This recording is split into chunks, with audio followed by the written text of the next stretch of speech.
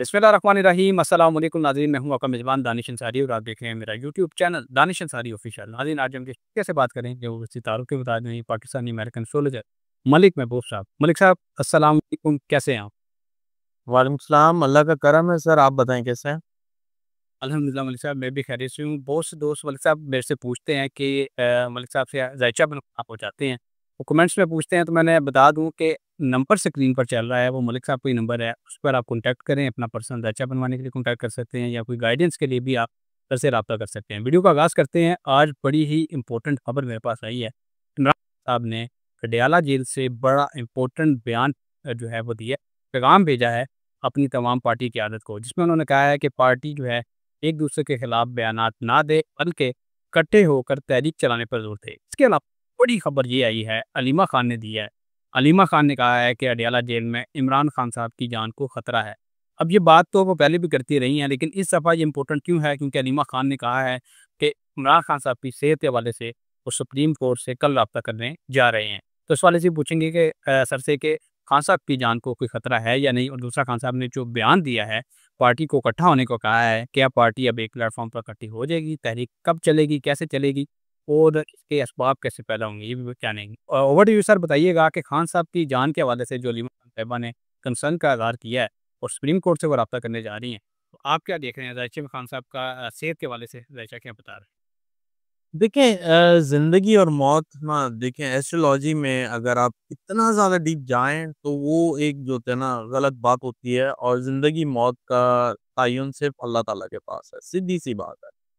और इसमें कोई भी अगर ये क्रेडिट लेना चाहे तो वो गलत हो जाएगा और एस्ट्रोलॉजी एक लिमिटेड ये साइंस के तौर पे ली जाए तो वो ज़्यादा बेहतर रहेगा। ख़ैर जो जहाँ तक सेहत का उनका सितारा है, वो मुझे लगता है कि सितंबर-अक्टूबर में थोड़ा डिस्टर्ब होगा, अभी मुझे नहीं इसका कोई प्रॉब्लम दिख रहा। ये क्यों कह रहे हैं? आई डोंट नो इसके पीछे क्या पॉलिटिक्स है, ये क्या क्यों ये शो कर रहे हैं?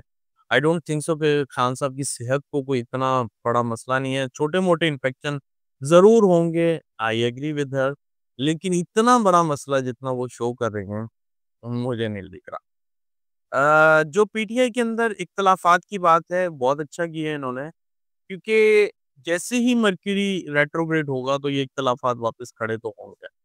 आई होप कि ऐसा ना हो, लेकिन ये होंगे अब। अभी मुझे नहीं लगता ये इख्तिलाफ़ात जो हैं, एकदम से सेटल डाउन हो जाएँगे। तहरीक जैसे मैंने कहा, अगस्त में चलनी चाहिए, अगर ये चल पड़ी है, तो फिर ये जो आ रहे हैं रिज़ल्ट, वो आपके सामने ही है। इसके बारे में मैं और कुछ कहने का फ़ायदा नहीं है, क्योंकि काफ़ी लोग ज़रा ऑकवर्ड हो जाते हैं कि ये मैं कैसी बातें कर रहा हूँ, लेकिन मैं तो सितारों की रोशनी में कर रहा हूँ। इसमें मेरा कोई नहीं है कि मैं इस पार्टी के साथ हूँ या उस पार्टी के साथ हूँ। एग्ज़ैक्टली अगर ये अच्छे टाइम का फ़ायदा उठाएँगे, तो इनको अच्छे रिज़ल्ट मिलेंगे। अगर ये फॉर एग्ज़ाम्पल इन्होंने जैसे बीच में ये जो मिसकम्युनिकेशन हुई थी, आप भी बोल रहे थे तहरीक स्टार्ट हो गई है। अगर इन्होंने वाक़ई स्टार्ट कर दी है, तो फिर ज़रा होप कम है, हॉनेस्टली स्पीकिंग। ठीक है। अब ये बताइएगा कि पाकिस्तान में जब भी तहरीक का ऐलान किया जाता है, तो लोग बड़े ऑप्टिमिस्टिक हो जाते हैं इमरान खान साहब के तहरीक के हवाले से कि बस अब आप तहरीक में शिरकत करेंगे। लेकिन फिर दोबारा से अभी आपने ज़िक्र किया कि कन्फ्यूजन है और तहरीक नहीं चलती। क्या अगर अगस्त में तहरीक चलती है, अब आपने बताया कि अगर अगस्त में तहरीक चलेगी तो बड़े बेनिफिट्स होंगे और अगस्त में जो तहरीक है वो दर्ज दे सकती है। लेकिन फिर सवाल ये है कि क्या इस मर्तबा अवाम जो हैं इस तहरीक में भरपूर शिरकत करेंगे? क्योंकि हर मर्तबा अवाम के साथ एक दोष किया जाता है, जो पार्टी की क़यादत है, वो उन्हें धोखा दे देती है, तरीका ऐलान करती है, फिर तहरीक शुरू नहीं करती। अगस्त में जो तहरीक शुरू होगी, क्या उसमें अवाम शिरकत करेगी? देखिए, अगर तो वाक़ई इन्होंने अभी तहरीक स्टार्ट कर दी है, तो फिर तो अब बिल्कुल होप नहीं रखा, ठीक है, पहली बात। दूसरी बात, तहरीक को कौन लीड करने जा रहा है? ये दोनों चीज़ें बड़ी इंपॉर्टेंट है। अगर ये चीज़ें भी अगर इन्होंने वापस अगस्त में भी यही करना है, अली अमीन गंडापुर तहरीक की लीड कर रहे होंगे और वो तो फिर कोई भी दिन हो, कोई भी टाइम हो, वो सूट ही नहीं करता। क्योंकि हर इंसान का एक ज़ायक़ा होता है, मैं बहुत दफ़ा बता चुका हूँ, कि किसी के अंदर लीडिंग पर्सनैलिटी होती है, कोई उस चीज़ को कंप्लीट करके आता है, कोई सिर्फ़ बातें ही करते रहता है। तो अब आप समझ गए होंगे मैं क्या बोलना चाह रहा हूँ। तो जो अली अमीन गंडापुर का ज़ायक़ा है, उसके हिसाब से वो सिर्फ़ बातें ही करेंगे। वो उस चीज़ को कंक्लूड करके नहीं आ सकता। तो अगर ये अगस्त में भी चलती है, मैंने आपको बताया, इम्पोर्टेंट है कि तहरीक स्टार्ट कब हुई, ये बहुत इम्पोर्टेंट है। अगर ये तहरीक इन्होंने अभी स्टार्ट कर दी है और अगस्त में भी इसको आप बोलते हैं कि ये बहुत हाइप पे लेके जाएँगे, तब भी मुझे इसके कोई अच्छे रिज़ल्ट नहीं आएँगे। क्योंकि जो सीड होता है, जो बीज होता है, जो टाइम इवेंट होता है, वो ही डिसाइड करता है कि रिज़ल्ट क्या आने वाला है। तो अच्छा ये है कि ये तहरीक को स्टार्ट करें आफ्टर 9th अगस्त। ना 9 अगस्त के बाद अली अमीन गंडापुर के अलावा अगर कोई फीमेल एंटिटी आ जाती हैं इस तहरीक को लीड करने के लिए, डेफ़िनेटली आप इस तहरीक को वाक़ई कोई एक मेरे ख़्याल से पाकिस्तान की हिस्ट्री की सबसे ज़बरदस्त तहरीक में शुमार करेंगे। ठीक है। सर, पाकिस्तान में जो फाइनेंशियल क्राइसिस हैं वो कुछ बढ़ते जा रहे हैं। लोगों के माली हालात बहुत ख़राब हैं, लोग बिल्स जो हैं बहुत ज़्यादा आ रहे हैं। इसके हवाले से भी एक बता दीजिएगा, आखिरी सवाल है मेरा, कि क्या फाइनेंशियल क्राइसिस पाकिस्तान में उस पर काबू पा लेगी अब हुकूमत? क्योंकि हुकूमत की तरफ से दावे किए जा रहे हैं कि हम महंगाई भी कम कर रहे हैं, लेकिन उससे अगले ही दिन पेट्रोल की कीमत बढ़ा दी जाती है और बिजली के बिल्स जो हैं वो काफ़ी ज़्यादा रुक के आ रहे हैं, गर्मियों का मौसम है। सर, इस वाले से बता दीजिएगा कि अगले 2-3 माह जो हैं वो क्या आवाम के आराम से गुज़र जाएँगे या मुश्किलात बढ़ेगी? यार अल्लाह करे निकल जाए। ऑनेस्टली स्पीकिंग कि ये देखें ये जो शुरू के 6-7 महीने थे इसमें जंगें, फसादात ज़्यादा होती हुई दिख रही थी। लेकिन जो आने वाले 4-5 महीने इसमें फाइनेंशियल क्रंच की तरफ दुनिया जाएगी और पेट्रोल की कीमत आप याद रखें बहुत ज़्यादा बढ़ने वाली है, बहुत ज़्यादा बढ़ने वाली है। आई होप ऐसा ना हो क्योंकि मुझे भी पता है कि इसका इफ़ेक्ट दुनिया के हर इंसान के ऊपर होगा। क्योंकि पेट्रोल से रिलेटेड हर चीज़, हर एक्टिविटी होती है। इवन कि अगर आपका फ्रूट और वेजिटेबल भी अगर दुकानों तक आते हैं, उसमें भी समहाउ जो ट्रांसपोर्टेशन का हाथ होता है, उसमें भी अगर पेट्रोल बढ़ेगा तो हर चीज़ के ऊपर इफ़ेक्ट आएगा। तो मुझे ऐसा लगता है पेट्रोल ये सबसे ज़्यादा चैलेंजेस खड़े करने वाला है आने वाले दिनों। ठीक है। सर, मैं अभी एक खबर पढ़ रहा था, अभी आपने ज़िक्र भी किया ईरान के महाज़ का, खबर अल जज़ीरा की थी जिसमें ये बताया गया है कि इसराइल ने ईरान से तलब की है वो रिपोर्ट जिसमें ये बताया जाता है कि कितनी यूरेनियम किसी मुल्क के पास मौजूद है। हालाँकि इसराइल के पास ना कोई राइट है, ना कोई हक है कि वो ये ईरान से रिपोर्ट माँगे, लेकिन उन्होंने कहा कि अगर हमें ये रिपोर्ट ना दी गई, तो हम न्यूक्लियर फैसिलिटी पे ईरान की दोबारा कोई हमला कर सकते हैं। तो एक तो ये आपकी प्रेडिक्शन भी दुरुस्त साबित होती दिखाई दे रही है। इसके अलावा सर, कुदरती आफ़ात जो हैं उसने सारी दुनिया को लपेट में ले लिया है। लोग बहुत कंसर्न है इस हवाले से, ख़ासतौर पे पाकिस्तान और इंडिया के लोग, क्योंकि इंडिया में भी बड़ा शदीद किस्म का सैलाब आया जिसमें बहुत सारे लोग जाँ बहक हो चुके हैं। एग्जैक्ट लोगों की तादाद नहीं बताई गई अभी, लेकिन वहाँ पे बड़े हादसात पेश आ रहे हैं। इसके अलावा बांग्लादेश, पाकिस्तान में भी। सर, ये बताइएगा कि वो कौन से दिन हैं जिन दिनों में लोगों को एहतियात करनी चाहिए कुदरती आफ़ात से? दिन भी बता दीजिएगा, डेट्स भी बता दीजिए।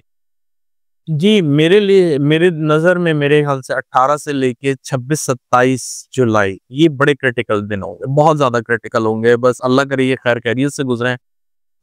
इसमें बैक टू बैक आपको बैक टू बैक न्यूज़ मिलेंगी दुनिया में हर जगह से और एक और क्रिटिकल पॉइंट होगा इसमें खुदा ना खास्ता ज़लज़ला और सुनामी, ये बहुत हाई अलर्ट पे आने वाले हैं।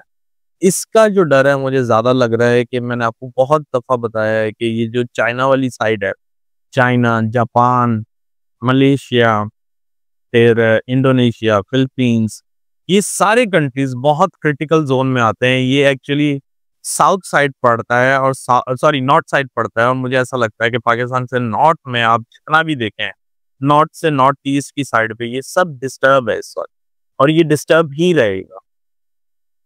ठीक है सर, हमारे बहुत सारे नाज़रीन हैं और दुनिया भर में लोग सफ़र करते हैं और हवाई सफ़र करते हैं, और इसके अलावा जो ट्रांसपोर्ट के दूसरे ज़राए हैं, बसेस के ज़रिए या ट्रेन के ज़रिए, काफ़ी लोगों ने कमेंट्स किए हैं, वो पूछना चाह रहे हैं आपसे, क्योंकि आजकल आंधी-तूफ़ान के जो वाक़यात हैं, उसमें अमवात बढ़ती जा रही हैं। तो वो कौन से ऐसी डेट्स हैं? क्या वो यही डेट्स हैं जिसमें हवाई सफ़र से भी एहतियात करनी है, या इसके अलावा कोई अलग डेट्स आप बताएँगे इसके हवाले से भी? जी, जब जी, मर्क्यूरी जैसे रेट्रोग्रेड होगा ना तो आपको ये सुनाई दिया जाएगा कि एयर रिलेटेड, एयर एलिमेंट इसमें डिस्ट्रप्शन आ रही है। तो हवा का सॉरी दबाव या कम हो जाएगा या बहुत ज़्यादा बढ़ जाएगा। आंधी-तूफ़ान भी आने शुरू हो जाएँगे और इसी से रिलेटेड आपको इसकी वजह से मर्क्यूरी रेट्रोग्रेड की वजह से जो एकदम से फायर एलिमेंट है वो एक्टिवेट हो जाएँगे। फिर आपका वाटर एलिमेंट है वो एक्टिवेट हो जाएगा। तो ये सब चीज़ें एक-दूसरे से कनेक्टेड हैं इसका। तो जैसे मैंने बताया 18 जुलाई से लेके 26 जुलाई ये क्रिटिकल ज़ोन है। इन इस टाइम पीरियड में लोगों को बहुत एहतियात की ज़रूरत है। इसमें फायर भी बहुत होती हुई दिख रही है। मेबी हो सकता है कि कहीं खुदा ना ख़ास्ता इस वक़्त तो गर्मियाँ हैं, कुछ इलाकों में जैसे लावा फट जाना, एकदम से आग भड़क जाना, ये लावा एक्चुअली उसमें भी आता है मार्स के 2 कॉम्बिनेशन में। तो लावे के भी मुझे बहुत ज़्यादा इम्कानात लगते हैं, कहीं लावा फट जाना या फिर जैसे सुनामी आ जाना, अर्थक्वेक आ जाना, ये बहुत ज़्यादा आपको सुनने को मिलेगा अभी। ठीक है। सर एक लास्ट क्वेश्चन करूँगा, उसके बाद प्रोग्राम का इख्तिताम करेंगे और वो बड़ा इम्पोर्टेंट सवाल है, वो ये है कि आज अमेरिका ने पाकिस्तान में जो ईरान के सफ़ीर हैं, पाकिस्तान में इस वक़्त मुकीम हैं, उनको मतलूब लोगों की फ़हरिस्त में शामिल कर दिया है, जिस पर पाकिस्तान ने बड़ा फ़र्म स्टांस लिया है। पाकिस्तान ने कहा है कि ये ईरानी सफ़ीर हमारे मेहमान हैं, हमारी रियासत में हैं, इनकी खिदमत देते हैं और इनको तमाम जो फैसिलिटीज़ हैं वो वैसे ही देते रहेंगे जैसे पहले दे रहे थे, और वो पाकिस्तान और ईरान के ताल्लुकात में बेहतरी के लिए बड़ा काम कर रहे हैं। अब सर अमेरिका ने उनको मतलूब लोगों की फ़हरिस्त में डाल दिया। ज़ाहिर है अमेरिका डिमांड करेगा पाकिस्तान से के हवाले करने के लिए। आप क्या देखते हैं, पाकिस्तान और अमेरिका के ताल्लुकात बता दीजिएगा और इंडिया और पाकिस्तान के ताल्लुकात भी बता दीजिएगा, क्योंकि इंडिया में सलाबी सूरत-ए-हाल है, पाक में भी सलाबी सूरत-ए-हाल बन रही है क्योंकि इंडिया की तरफ से पानी छोड़ा जा रहा है। इस हवाले से भी बता दीजिएगा। देखिए, ये इंडिया का पहले मैं इंडिया पाकिस्तान की बात करूँगा। मैंने आपको पहले भी बताया था कि इंडिया आपको शरारतें करता हुआ दिखेगा। कभी ये खुदकुश हमले कभी हमारे मिलिट्री फोर्सेस के ऊपर हमले, और ये जो पानी छोड़ने का एक अमल है, पाकिस्तान में जो सिस्टम है वो इतना अच्छा डेवलप नहीं है, इंफ्रास्ट्रक्चर। तो मुझे ऐसा लगता है कि इसकी वजह से मेजर आप कह सकते हैं जैसे सैलाबी सूरत-ए-हाल, जैसे आपने अभी चकवाल का ज़िक्र किया, ये तो कुदरती तौर पे हो रही है। अगर खुदा ना खास्ता उन्होंने भी पानी छोड़ा, तो फिर मेरे ख़्याल से हुकूमत को इस वक़्त बहुत बहुत ज़्यादा हाई अलर्ट रहना चाहिए, क्योंकि ये चीज़ें होंगी। अगले 8-10 दिनों में ऐसा कुछ ना कुछ ऐसा होगा जिसकी वजह से मामलात आउट ऑफ कंट्रोल होंगे। पूरी दुनिया के होंगे, लेकिन पाकिस्तान के अगर दायचे में देखें तो उसमें आपका 5th हाउस, 4th हाउस, और ये 4th 5th हाउस जो होते हैं नॉर्मली आपको लोगों के वसाइल, लोगों के मसले मसाइल इनसे रिलेटेड होते हैं। तो मुझे लगता है ये बढ़ते हुए दिखेंगे।